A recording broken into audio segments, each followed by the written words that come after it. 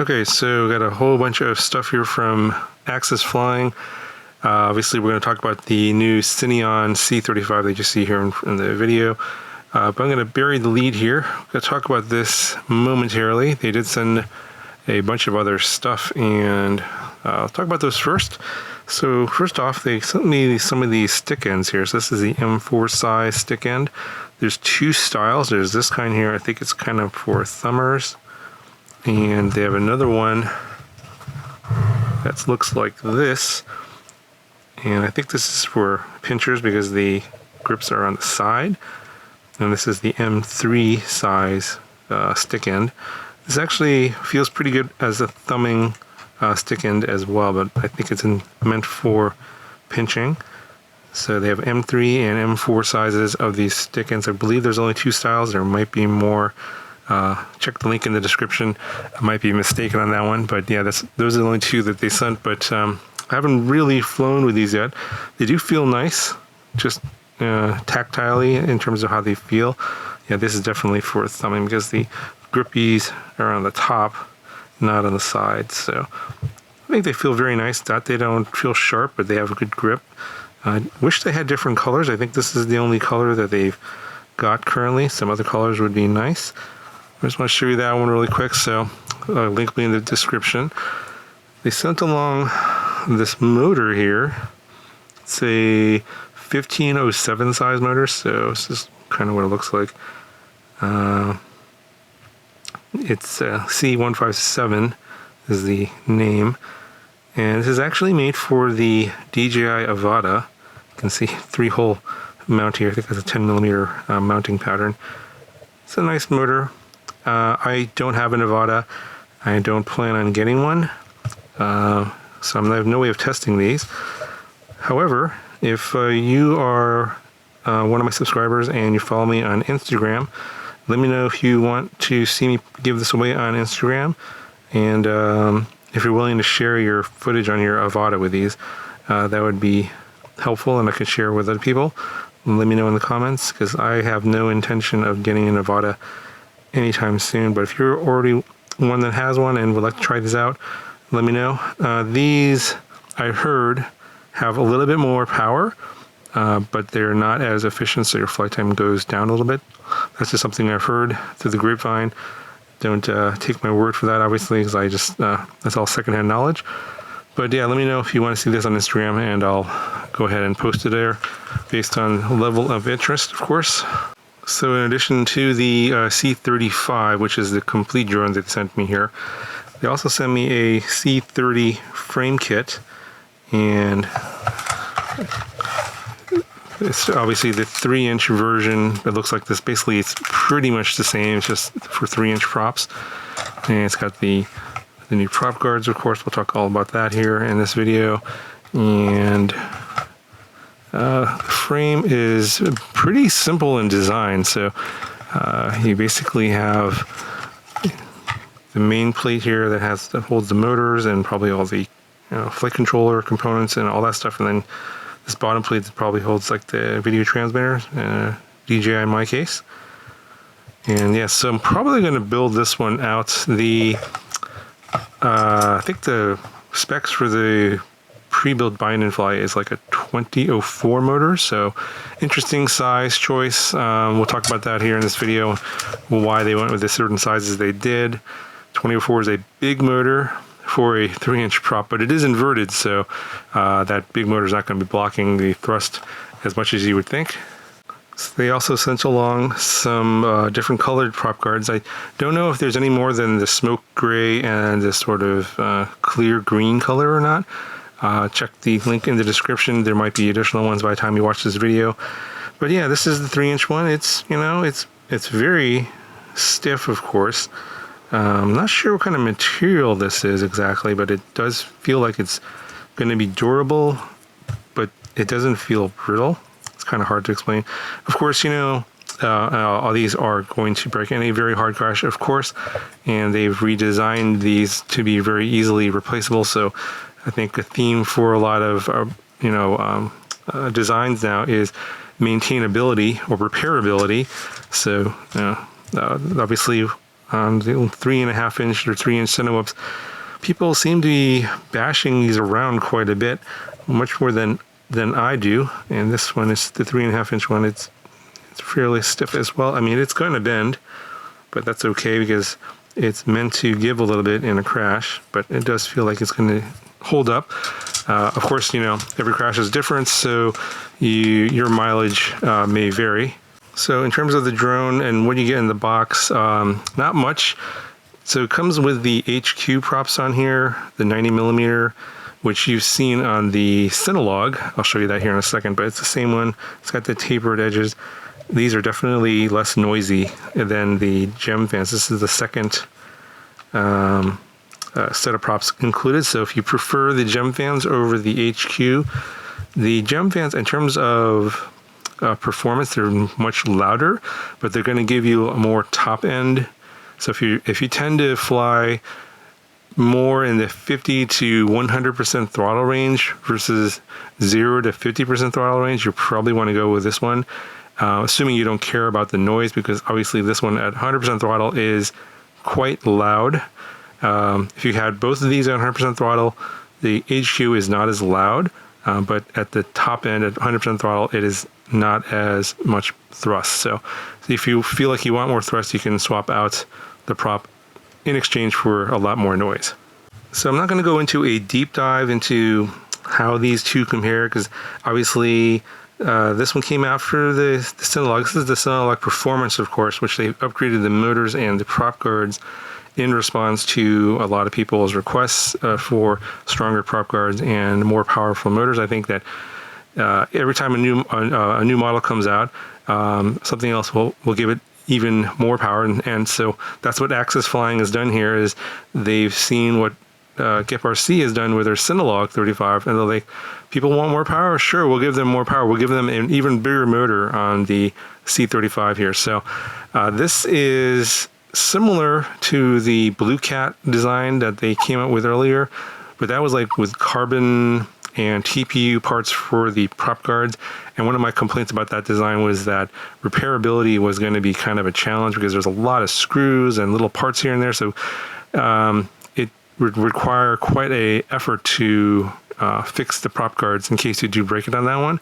Plus, that one had the 2004 motors, and a lot of people were complaining that it was underpowered for a 3.5 inch prop, like the original Cinolog 35. So what they've done here with this design is they made it very easy to replace the prop guard. Obviously, there's two prop guards, one for each side for the front and back motors. And so if you break just one of them, you just have to replace the one side. And I believe they're symmetrical. So, you know, if you break one and just swap that out, then you have a spare for whenever another one breaks. So that's kind of important to have, you know, basically you have two, but you actually will only need one, assuming you don't have a super bad crash and break both prop guards. Anyway, it only requires 4 screws. So there's a screw here, one here, one here, and one here, and then the prop guard will pop out. And that is very quick to do. You know, it really only takes a few seconds, whereas on the Cinolog 35, it's a little bit more complicated. It is, again, in a set here with one side and the other, but I think that there's some kind of mechanism here where I'm not exactly sure if it's symmetrical or not, because I haven't done the prop guard replacement.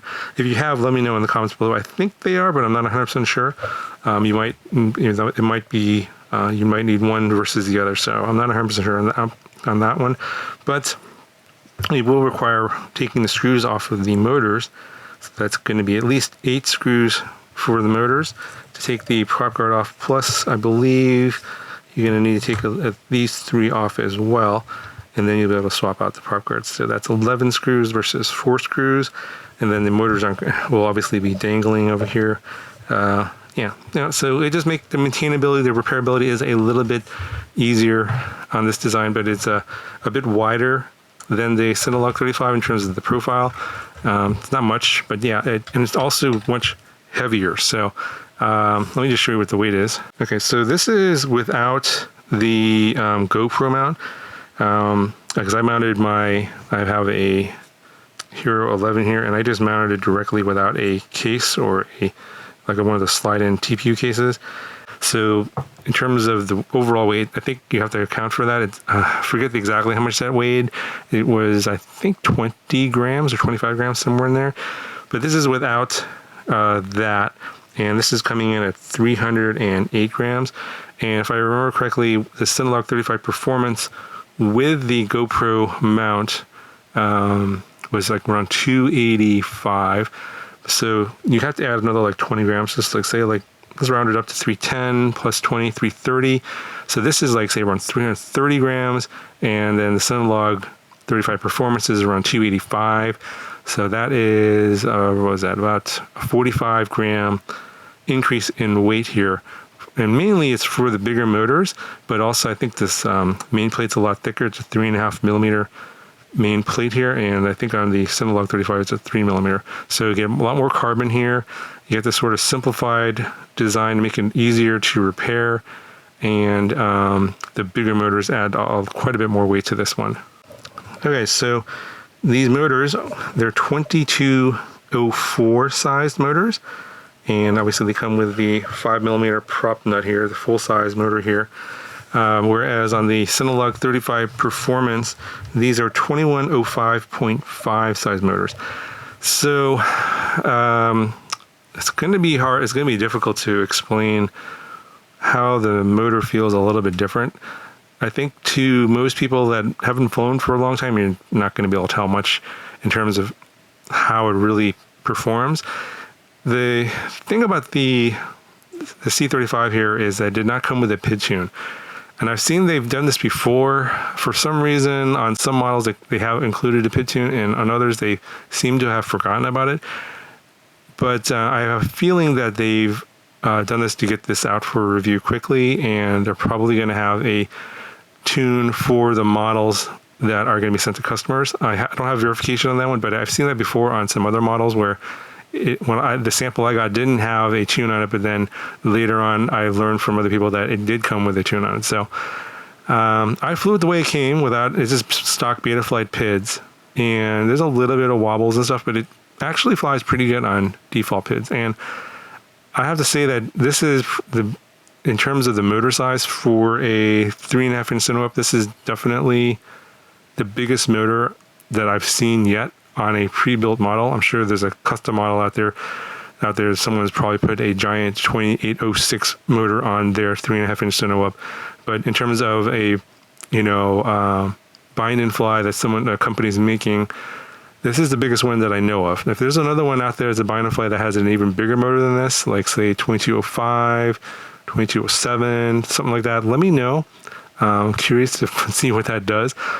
But the difference between this motor, 2204 versus 2105.5, is mainly the performance characteristics at the bottom of the throttle and the top of the throttle. In the middle of the throttle, in the mid-range, they pretty much feel about the same. I think the advantage of this one here is with the weight of the Hero 11, a big battery. And by the way, I flew with the 6S 1200 Tattoo. I think they were recommending like a 1300 Tattoo for their flight time. So I'll talk about that here in a second. But back to the flight characteristics of the motor itself. At the bottom end of the throttle, with the extra weight, this much heavier Cinewhoop, this bigger motor with a wider stator, basically 22 millimeter wide stator, it does have an advantage over the 21 millimeter slightly narrower stator on the CineON C35 Performance. So if you mainly fly slow and you need the most control at slower speeds, in maybe like inside of a house or some sort of very tight environment, a lot of proximity, this wider stator motor is going to give you an advantage. You're going to actually prefer that. Now, if you tend to fly your Cinewhoops like a top-end racer, lots of full throttle punch-outs, maybe you're doing a lot of freestyle tricks, power loops, Matty flips, all that kind of stuff where you need full throttle, I think that the CineON C35 motor is going to be better because it's got a taller stator. So at the high end of the throttle, it actually has more oomph than the 2204. It's a little bit shorter stator of the C35. So and obviously the differences aren't huge. They're you only know if you've flown a ton of different models like I have. And if you mainly fly in the high end of the throttle, then I think you're probably going to prefer the taller stator motor or the C35. If you mainly fly in the lower end of the throttle range and need a lot of control at slower speeds, I think you're going to probably want this wider stator motor instead. So that's my assessment of the two motor performances. But overall, this flies great. I think that, in terms of like being able to do freestyle tricks and everything, you should be able to do most of these pretty much without too many problems. Obviously, they still have prop guards, so you can have some amount of prop wash oscillations from that on certain maneuvers. That's just a given. And just the way the CG and the way the flight controller handles the characteristics of the way the weight is distributed on the model is just different from a 5-inch. So, there are probably going to be some people say this thing flies like a 5-inch, and in terms of all the Cinewhoops out there, this is probably the closest one, but obviously it's still not the same. They're still not quite there, and especially has to do with the way the weight is distributed because of the prop guards. But this is probably the closest that anything that I've flown has come to. Okay, in terms of the electronics, the same F7 flight controller that you've seen on the Cola 6, a few other models. It's the HackRC F7. It's a 40 amp BLHeli-S ESC and F7 flight controller. So that's we've covered that before in previous models. It's also on the Blue Cat 35, C35 as well. This one, of course, is DJI. It comes with now they're calling it the RunCam Link, not the Vista. And this one comes with the Caddx Nebula Nano Pro. This one came with their Express LRS receiver. Now they have an analog version, of course, and a walk-snail version. No HD0 version yet. I think this probably has to do with the lack of availability of parts, or they're kind of hard to get, not necessarily available for all manufacturers. So if you're looking to have an HD0 version, you're probably going to want to build one yourself. Now, a few things that I think I would fix here that I'm not too thrilled about. Now, the motor here is very exposed. So you have this, it's interesting, it's a 12 millimeter pattern for this really large 2204 size motor. And usually something this big will be like a little bit bigger. A motor pattern will be like a 16 millimeter and usually like an M3 screw, but these are M2 screws. They're 12 millimeter in terms of the hole pattern. And you can see the windings are very exposed. So on some motors, they usually have like a plastic, like a little thin piece of plastic sheathing here that will protect the windings in case you put a long screw in there by accident. Something like that would be nice on this, I think, because while I'm not really worried about long screws in this case, because it's so exposed here, like when I land and it's like dirt and stuff, I've gotten some sand and little rocks and stuff inside the motor. It's pretty easy to get in here, and it'd be nice to have a little bit of something there just to prevent little pieces of sand and stuff to get inside. I think one of these motors has something in there now. Yeah, I can hear it, but it's not a big deal. Something I would like to see, but if you're flying around a lot of dirt and stuff and sand, that might be a problem, an issue for you. Let's see, not much else here. It is very heavy. I do like the fact that the prop guards are easy to replace. And like I said, the performance is right up there in terms of like relative to all the other 35 or 35 or 3.5 inch Cinewhoops out there. Let me just show you how much everything weighs with the battery and everything all together. I think I forgot to do that. So 308, and then this is the 1200 6S Tattoo. That's 502, and here's the Hero 11. So all up here, 657 grams. So yeah, there's 5-inch quads that might weigh less than this, actually. So yeah, it's pretty heavy and definitely way over the 250 gram limit. So all of the footage that you've seen so far has been from the Nebula Pro. I also will post a link to the hyper-smooth stabilized footage from the Hero 11. It's actually going to be using the new HyperView video format. So I'm probably going to, I don't know, let me know if you want to see a video on this one.